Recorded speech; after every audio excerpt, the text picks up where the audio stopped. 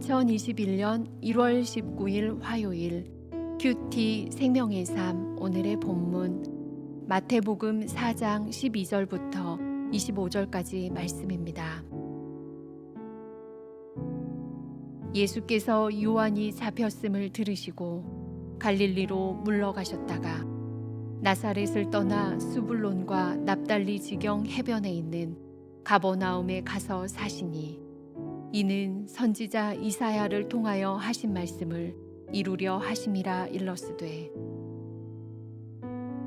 스불론 땅과 납달리 땅과 요단강 저편 해변길과 이방의 갈릴리여 흑암에 앉은 백성이 큰 빛을 보았고 사망의 땅과 그늘에 앉은 자들에게 빛이 빛이었도다 하였느니라. 이때부터 예수께서 비로소 전파하여 이르시되 회개하라 전국이 가까이 왔느니라 하시더라. 갈릴리 해변에 다니시다가 두 형제 곧 베드로라 하는 시몬과 그의 형제 안드레가 바다에 금을 던지는 것을 보시니 그들은 어부라. 말씀하시되 나를 따라오라. 내가 너희를 사람을 낚는 어부가 되게 하리라 하시니 그들이 곧 그물을 버려두고 예수를 따르니라. 거기서 더 가시다가 다른 두 형제 곧 세베대의 아들 야고보와 그의 형제 요한이 그의 아버지 세베대와 함께 배에서 금을 깁는 것을 보시고 부르시니 그들이 곧 배와 아버지를 버려두고 예수를 따르니라. 예수께서 온 갈릴리에 두루 다니사 그들의 회당에서 가르치시며 전국 복음을 전파하시며 백성 중에 모든 병과 모든 약한 것을 고치시니 그의 소문이 온 수리아에 퍼진지라. 사람들이 모든 앓는 자 곧 각종 병에 걸려서 고통당하는 자 귀신 들린 자 간질하는 자 중풍병자들을 데려오니 그들을 고치시더라. 갈릴리와 데가볼리와 예루살렘과 유대와 요단강 건너편에서 수많은 무리가 따르니라. 아멘.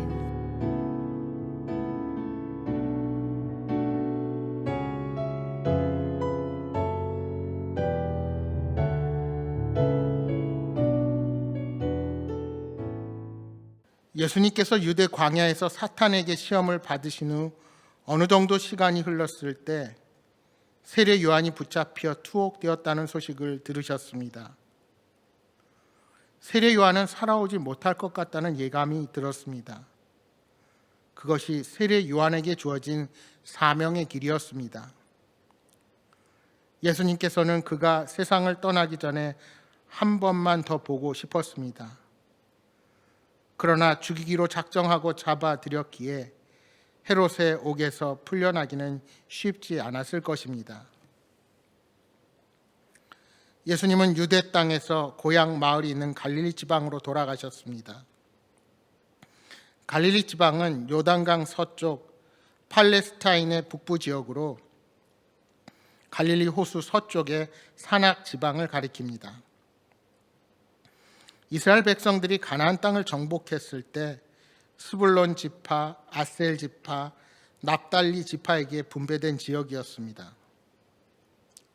이후에 아수르의 침략과 이주 정책으로 이 지역의 인종과 종교의 혼합이 생겨났습니다. 또한 헬레니즘 문화가 일찍 들어와서 이방과 교류가 잦으면서 유대 사람들에게 은근히 무시를 당하던 땅이었습니다.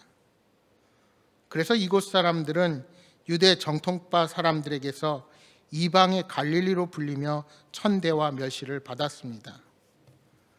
그래서 갈릴리 지방에서는 결코 선지자가 나오지 못한다는 말까지 나올 정도였습니다. 그러나 메시아요, 위대한 선지자이신 예수님은 공생애의 초반기와 중반기까지 이곳 갈릴리 지역을 전도 사역의 중심지로 삼으셨습니다.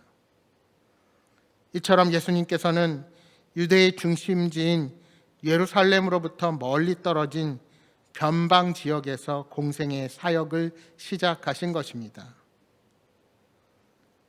세상의 왕 헤롯은 세례 요한을 박해함으로 그의 사역을 마감시켰지만 세례 요한을 체포한다고 해서 선포되는 복음을 막을 수는 없었습니다. 이러한 예수님의 사역은 이사야 선지자의 예언이 성취된 것이었습니다. 14절에서 16절 말씀을 다시 보십시오. 이는 선지자 이사야를 통하여 하신 말씀을 이루려 하심이라. 일렀으되 스불론 땅과 납달리 땅과 요단강 저편 해변길과 이방의 갈릴리여, 흑암에 앉은 백성이 큰 빛을 보았고 사망의 땅과 그늘에 앉은 자들에게 빛이 빛이었도다 하였느니라. 이 말씀은 무려 700여 년 전에 선포한 이사야서 9장 1, 2절의 말씀이 이루어진 것입니다. 정치적으로 소외되고 종교적으로 멸시를 받던 갈릴리 사람들이 큰 빛이요 영광에 비친 메시아 예수 그리스도로 말미암아 생명과 구원의 복음을 듣게 된 것입니다. 아마도 예수님은 공생의 초기부터 유대 종교 지도자들이나 헤롯을 자극하여 복음 전파 사역을 방해받아서는 안 된다고 생각하셨을 것입니다. 그래서 나사렛 마을을 떠나 스불론과 납달리 지파의 지역 갈릴리 호숫가 마을 가버나움에 거주하시며 복음을 전파하신 것입니다. 이처럼 세상은 예수님을 따르는 교회를 박해하지만 우리가 가진 진리의 빛을 막을 수는 없습니다. 이제 예수님은 이곳에서 세례 요한이 전했던 회개하라 천국이 가까웠느니라는 복음을 선포하시므로 그곳을 새로운 영적 중심지로 삼으셨습니다. 천국이 가까웠다는 것은 어떤 의미입니까? 천국은 하나님이 계신 곳입니다. 그런데 본질상 하나님이신 예수님께서 성육신하여 사람들과 가까이 계시므로 이제 천국도 가까이 임한 것입니다. 예수님께서는 천국으로 인도할 하나님의 구원 계획을 선포하시며 복음 사역을 시작하신 것입니다. 예수님은 갈릴리 해변을 다니시다가 제자들을 만납니다. 본문 18절과 21절에 예수님은 2명씩 2번 제자들을 부르시는데 이는 둘이 증인을 상징하는 숫자이기에 이후 이들이 복음의 증인이 될 것을 암시하는 표현이기도 합니다. 예수님은 이들에게 사람을 낚는 어부라는 사명을 제시하며 제자로 부르시자 이들은 즉시 주님을 따랐습니다. 사실 당시 어떤 선생의 제자가 되기 위해서는 사람들이 그 랍비를 찾아가서 제자로 받아달라고 요청하는 것이 보통이었습니다. 그러나 예수님은 직접 제자들을 선택하셨습니다. 이는 예수님과 제자의 관계는 스승과 제자의 관계가 아니라 하나님께서 이스라엘을 선택한 것과 같은 관계였습니다. 그러니까 예수님과 제자의 관계는 예수님의 주권적인 선택에 의해 제자가 되어 사람을 구원하는 사명을 받은 것입니다. 특별히 예수님은 어부를 제자로 부르시면서 사람을 낚는 어부로 그들의 하는 일을 바꾸어 주십니다. 이는 복음 사역자가 무엇을 위해 어떤 사명을 감당해야 하는지를 교훈합니다. 세상의 일은 생명을 유지하는 데 필요한 양식을 얻기 위해 육체적, 정신적으로 수고합니다. 그러나 복음 사역은 사람을 통해 어떤 것을 얻는 것이 아니라 사람 자체가 목적입니다. 오늘날 교회도 세속화되어 사람을 목적이 아니라 수단으로 삼아 다른 목적을 성취하려는 경향을 보이기도 합니다. 이러한 현상은 분명히 잘못된 것입니다. 요한복음 10장 10절에 말씀합니다.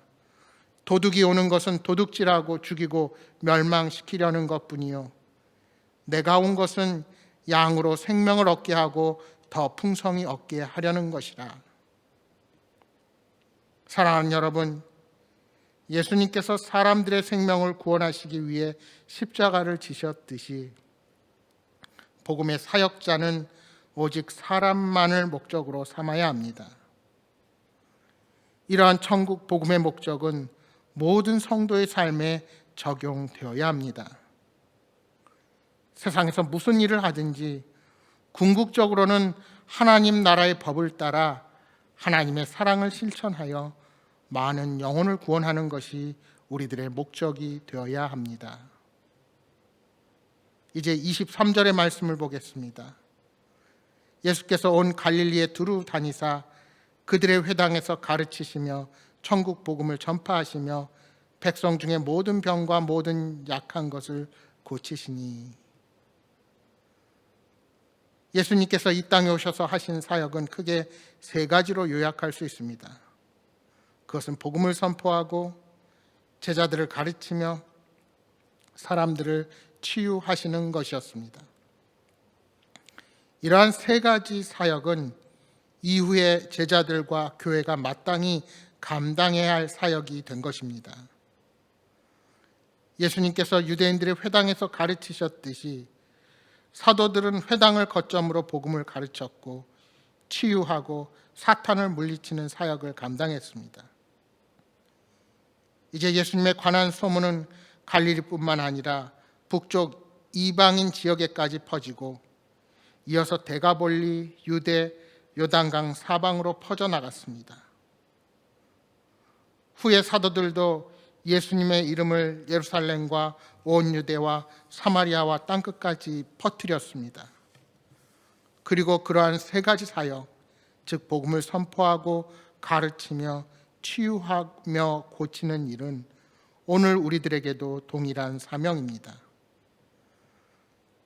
바라기는 어떠한 형편에 처하든지 예수님께서 친히 가르쳐 주신 대로 복음의 사명을 감당하는 교회로 서기를 소망합니다. 사랑하는 여러분, 하나님 나라가 완성되는 주님 오시는 그날까지 복음의 사명을 충실히 감당하여 마지막 날에 주님의 칭찬과 상급을 받는 여러분 모두가 되시기를 주님의 이름으로 축복합니다. 주신 말씀 기억하며 함께 기도하겠습니다. 흑암 가운데 있던 우리들에게 찾아오셔서 빛을 비추신 주님을 온전히 따라가는 선한 삶이 되게 하옵소서. 때를 얻든지 못 얻든지 복음을 선포하며 가르치며 치유하고 고치는 교회의 사명을 잘 감당하게 하소서 하고 기도해 주시기 바랍니다.